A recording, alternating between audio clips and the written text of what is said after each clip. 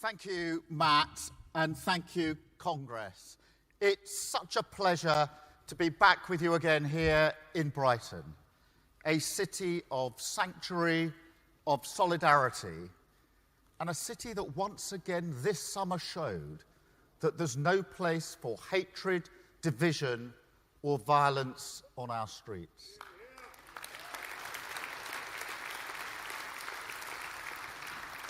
A city that I'm delighted to say now has a Labour council once again. And a city that's joined by a string of Labour MPs across Sussex from Worthing to Hastings. And Congress, Brighton holds a special place in my heart because 3 years ago, I gave my first in-person conference speech as Labour leader here in this very hall. I said that our party had to change if we were to win a general election. And Congress, we did. And thank you all for the part that you played in that.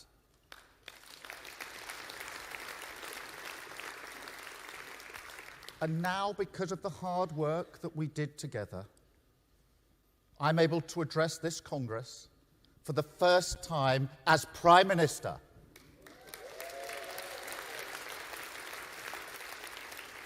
The first time, I think I'm right in saying, that a Prime Minister has come here for 15 years, since 2009. 2009, and Paul, that's a year you will remember well. It's the last time Everton got through to a cup final. Although I think you lost 2-0 to one of the lesser London teams. So the one promise I can make today is that Prime Ministerial visits were a bit more frequent, perhaps, than Everton Cup finals. Because in all seriousness, I sat on the opposition benches and took many a lecture from the Tories, telling the world what working people do or don't want. And you know that every single one of them was delivered without the common decency of coming here and showing some respect to the people who fight for the living standards of working people every single day. And that era is now over, Congress.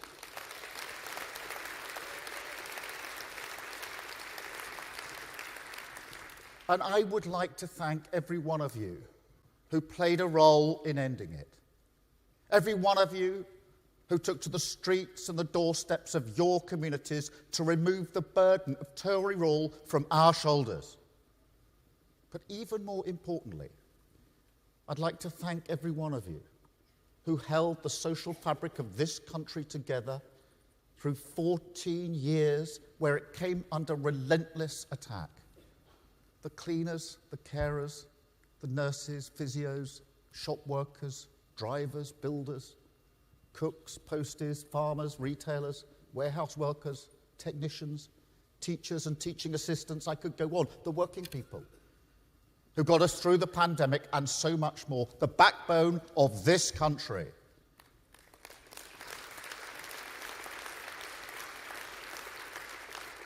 Because Congress, the chance we now have, the opportunity to rebuild Britain, that hope is here because of those efforts. So thank you all for everything you do and have done for our country. But now, the job of rebuilding begins. And I have to level with you. As I did on the streets in Downing Street just over 2 months ago, this will take a while. It will be hard. But just as we had to do the hard graft of change in our party, now we have to roll up our sleeves and change our country.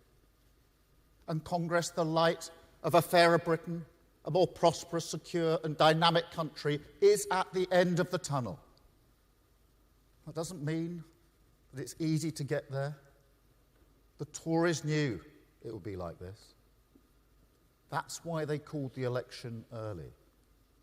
And we saw, as I'm sure you all did, just how ruthlessly they were prepared to salt the earth of Britain's future, serving themselves to the bitter end. And that's why we were so clear and specific about the first steps in our election campaign. We didn't want to go further because we knew there would be new problems, unknown problems, when we finally saw the books. And with trust in politics so low, I had to be honest with the British public when I was standing in the full sunlight of democracy. I owed it to them to promise only what we knew we could deliver. And yet, Congress, even in our worst fears, we didn't think it would be this bad.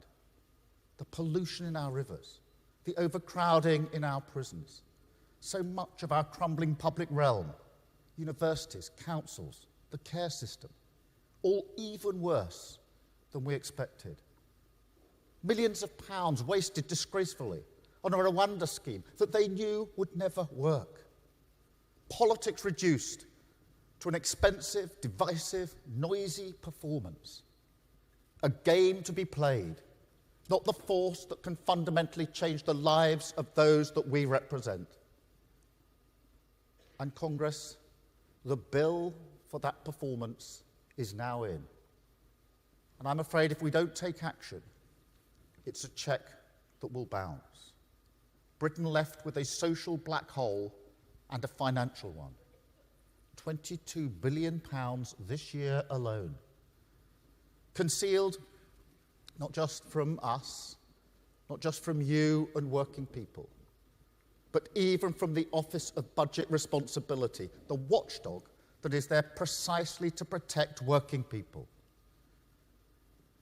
Now, no one in this room wants to hear such a gloomy forecast. I get that. I don't want to be saying it either. It's not how any government would want to begin its work. Yet, given what happened with Liz Truss, given that, unlike 14 years ago, borrowing costs are high and the risk of inflation is real, I owe working people the respect of economic stability, a responsibility not to be reckless with their money. That is the mandate we have won. And we will deliver this by fixing the foundations of our country, taking those first steps towards the long-term change that we need.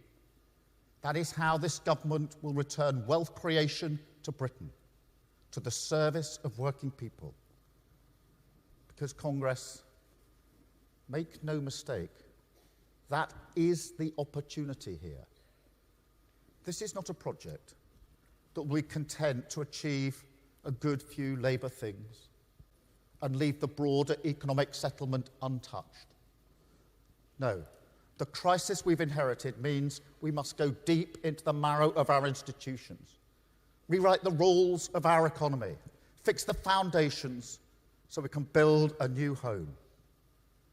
A country where growth not only comes from the enterprise of working people, but where growth serves the interests of working people.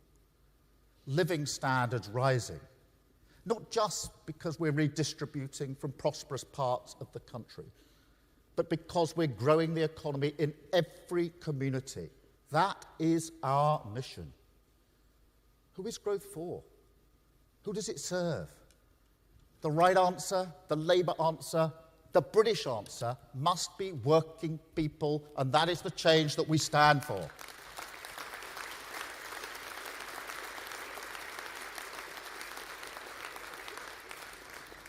But there's nothing new in this. It's the purpose of the Labour Party now and always.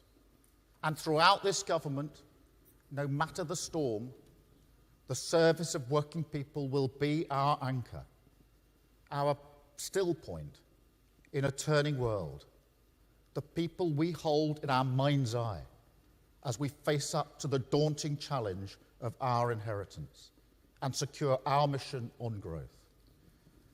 That's why we've already reformed the remit of the Low Pay Commission to take account of the cost of living and deliver a real living wage. It's why we've launched a new National Wealth Fund to invest in the critical infrastructure our industries need and drive growth into every community.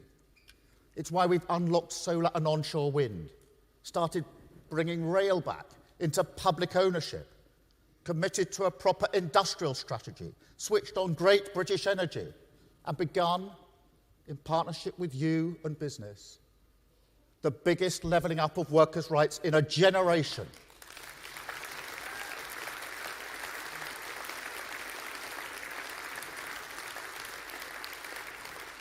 And let's be really clear about why we need this New Deal. It's because this government is committed to driving up living standards, improving productivity, and working in partnership with workers. And Congress, as part of that New Deal, let me again be crystal clear. We will repeal the 2016 Trade Union Act, get rid of minimum service level legislation, end the cheap and vindictive attacks on this movement, and turn the page on politics as united once and for all.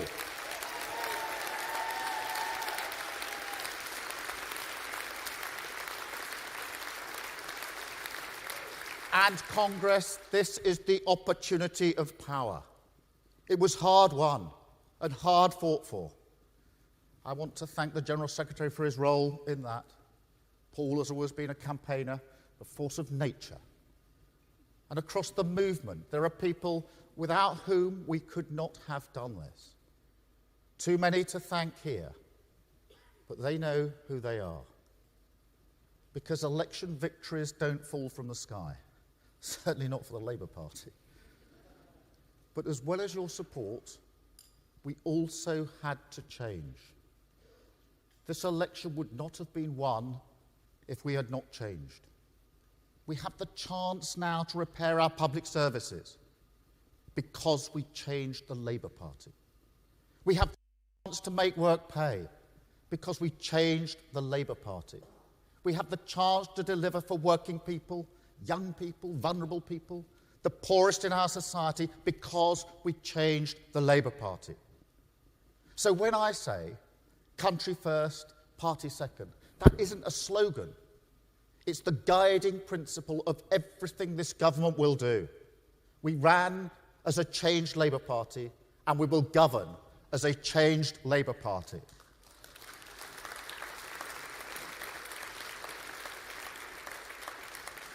And so I make no apologies for any of the decisions we've had to take to begin the work of change. And no apologies to those still stuck in the 1980s who believe that unions and business can only stand at odds, leaving working people stuck in the middle, who cannot see that this country needs a new path on growth. People who describe policies that give working people more security, more protection, more power and dignity at work, or even the fundamentals of industrial strategy, which is common across the world, as anti-growth. Let me tell you what is anti-growth. An economy where real wages stagnated for 15 years. That's anti-growth. An economy where productivity keeps on flatlining. That's anti-growth. An economy where the state of our public services prevents people going to work because they're ill. That's anti-growth.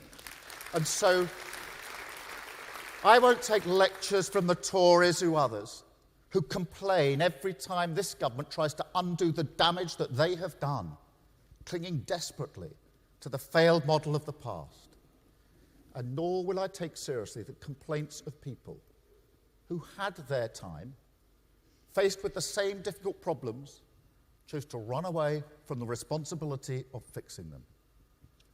A party that allowed the politics of easy answers and distraction to become their comfort zone, rather than face the responsibility and reality of government. That has changed. Let me tell you, I see the nurses, the teaching assistants, the carers who can't afford to get their boiler fixed or buy their kids a new school uniform. I see them. I see the public sector demoralised, burnt out in some places, gripped by a recruitment and retention crisis that holds back your ability to do what we all believe in, the service of working people. I see all that. And so I can guarantee this is not and never will be a government that will sit around the table with you and tell you that black is white. But I do have to make clear, from a place of respect, that this government will not risk its mandate for economic stability under any circumstances. And with tough decisions on the horizon, pay will inevitably be shaped by that. I owe you that candour. And I'll tell you why. It's because, as was so painfully exposed by the last government, when you lose control of the economy, it's working people who pay the price. I'll never let that happen under a Labour government.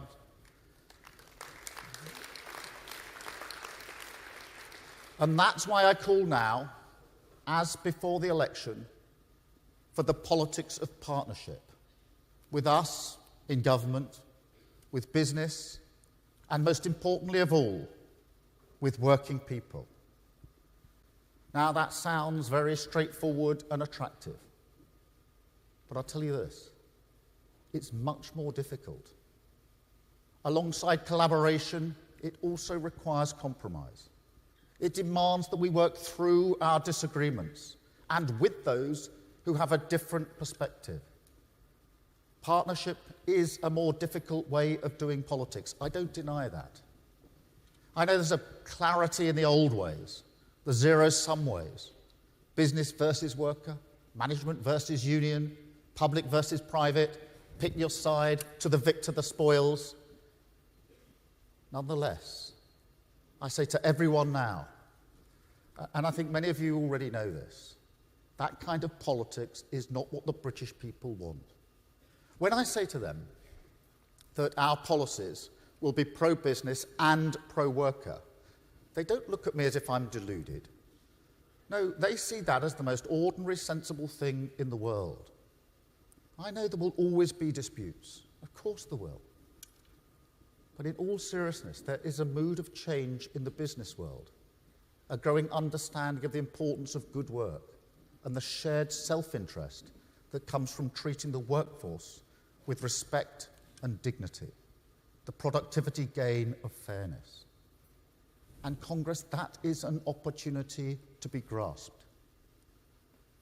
Business leaders are not knocking on my door saying they want to rip up employee rights. They don't tell me the problems they face will be solved by coming for the trade unions. They want fair taxes, high skills, and the long-term ability to invest. And that chimes precisely with what trade unions up and down the country tell me they also want. Working people want good companies to make profits, attract investment, and create good jobs. And Congress, in a way, that is why the Tory argument on trade unions no longer finds the same audience. The British people are not interested in those tired old tropes. This isn't the 1980s. The mood is for partnership, and not just on pay, on everything, to turn around our NHS, give our children the start in life that they deserve, make our public services fit for the future, unlock the potential of our clean energy. We have to treat this as an opportunity to come together. We're in power now. This is our chance, Congress. Common cause of national renewal. And so as we rewrite those rules of our economy, as we drag this country back to the service of working people, this is a chance that must be taken. Because rules written in the ink of partnership will be more durable and long-lasting, whoever is in power. So it's time to turn the page. Business and unions, the private and public sector, united by a common cause to rebuild our public services and grow our economy in a new way. Higher growth, higher wages, higher productivity, the shared purpose of partnership, the path through the mess the Tories made, and onwards to national renewal. That is the road we are on, Congress, and we won't turn away from it. We will keep to the course of change, reject the snake oil of the easy answer, fix the foundations of our economy and build a new Britain, more secure, more prosperous, more dynamic and fairer. Wealth created in every community a country renewed and returned, calmly but with confidence, to the service of working people. Thank you, Congress. Thank you.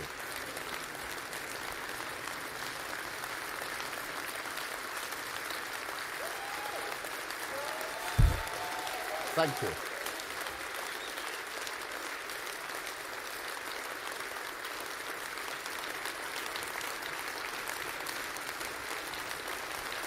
Thank you, Congress.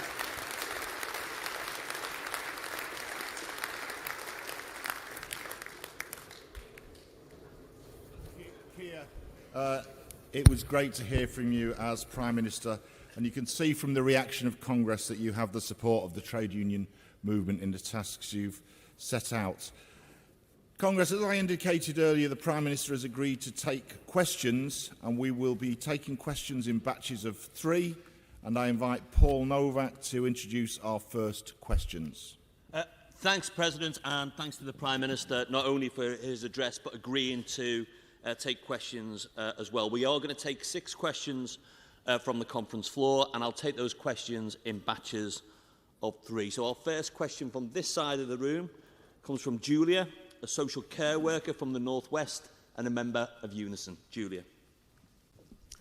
Thank you. Thank you, President. Thank you, Congress. Thank you, Prime Minister. Welcome to our town. Thank you. This is the first question of the day. Unison is usually supportive for Labour commitment to National Care Service and fair pay agreement for care workers. Social care has suffered terribly for the past 14 years under the Tory. And tackling it, the crisis begins with the workforce. We know very well that far-reaching reform cannot happen overnight. But can the Prime Minister reassess Labour long-term commitment to a national care service and getting a fair agreement up and running a bit quicker? Because care worker and support worker, they are suffering up and down the country, including in this room. Thank you. Thank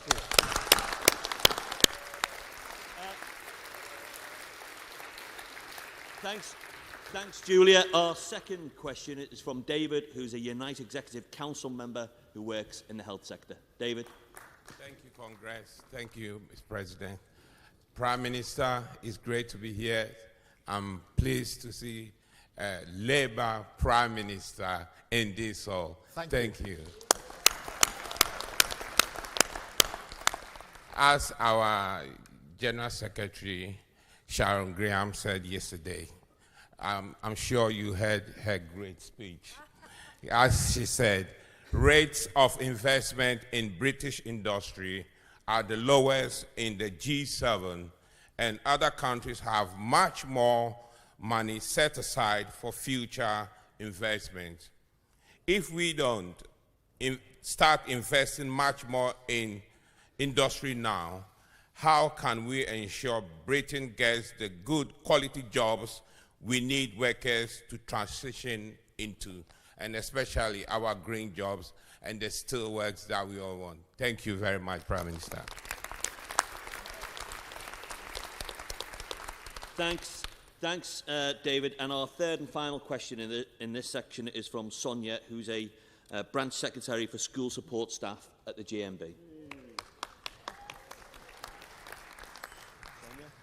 Thank you, Chair. Thank you, Congress, and welcome, Keir. Thank you. Labour's commitment to reinstate the school support staff negotiating body is incredibly welcome. We'd like to know, does the government agree it's time to recognise the pivotal role played by school support staff and end the scandal of term time only contracts?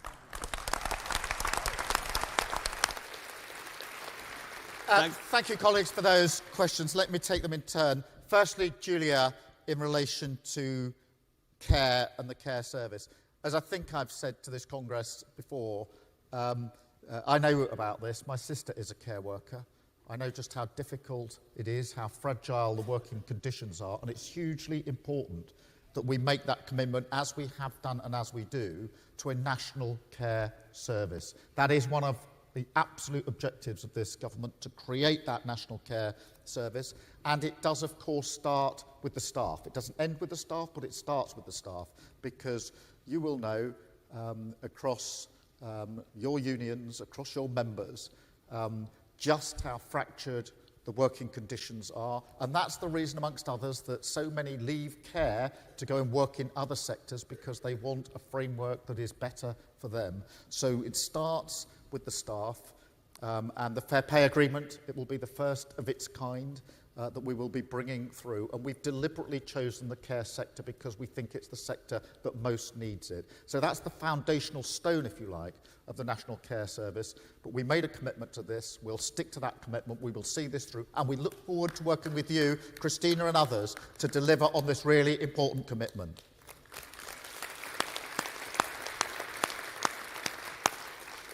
David, on investment, you hit the nail on the head in one of the major failings of the last 14 years, which is we haven't had enough investment to this country, to our economy, to the businesses in which your members work, and this matters hugely.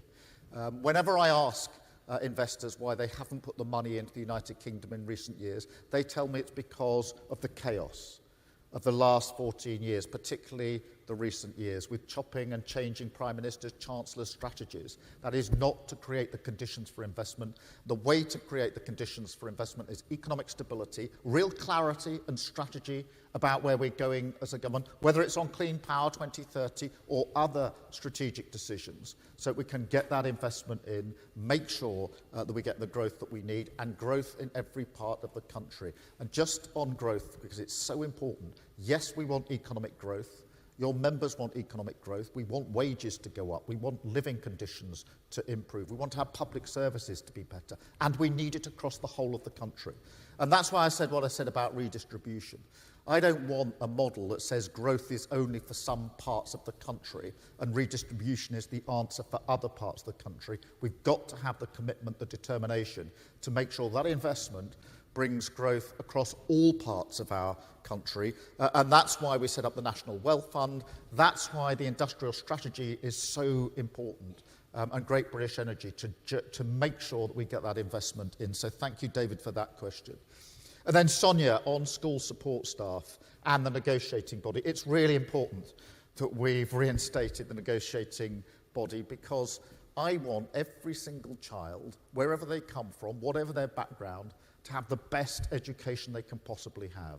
And that is down to our teachers and our support staff, who do an incredible job in difficult circumstances. And we owe them not just a negotiating body, but our respect. And it is that, in that spirit, that we will work with them to deliver the first-class education that every child absolutely is entitled to in this country. So thank you, Sonia, for raising that really important issue. Thanks, Paul. Thanks, Prime Minister. Our fourth question, and we're going over to the other side of the hall, is from Helen, who works in defence and is President of Prospect's Defence Sector. Helen? Thank you. Prospect's recent survey of women in civilian roles in the Ministry of Defence found that, shockingly, over 60% have experienced or witnessed sexual harassment at work. What will the government do to make the defence industry and workplaces safe for women? Thanks, Helen. The next question is from Alan, who's the National President of the Educational Institute of Scotland and a Principal Teacher of English. Alan? Good morning, Prime Minister. The UK is one of the richest countries in the world, but poverty is wrecking the lives of more than a quarter of our children. The two-child benefit cap, punitively introduced by the last government, is a driver of poverty among larger families and is negatively impacting the lives of 1.6 million children. Controversially, your government has not scrapped the two-child benefit cap. What alternative urgent measures are you therefore taking to immediately alleviate the poverty experienced by 4.3 million children across the UK.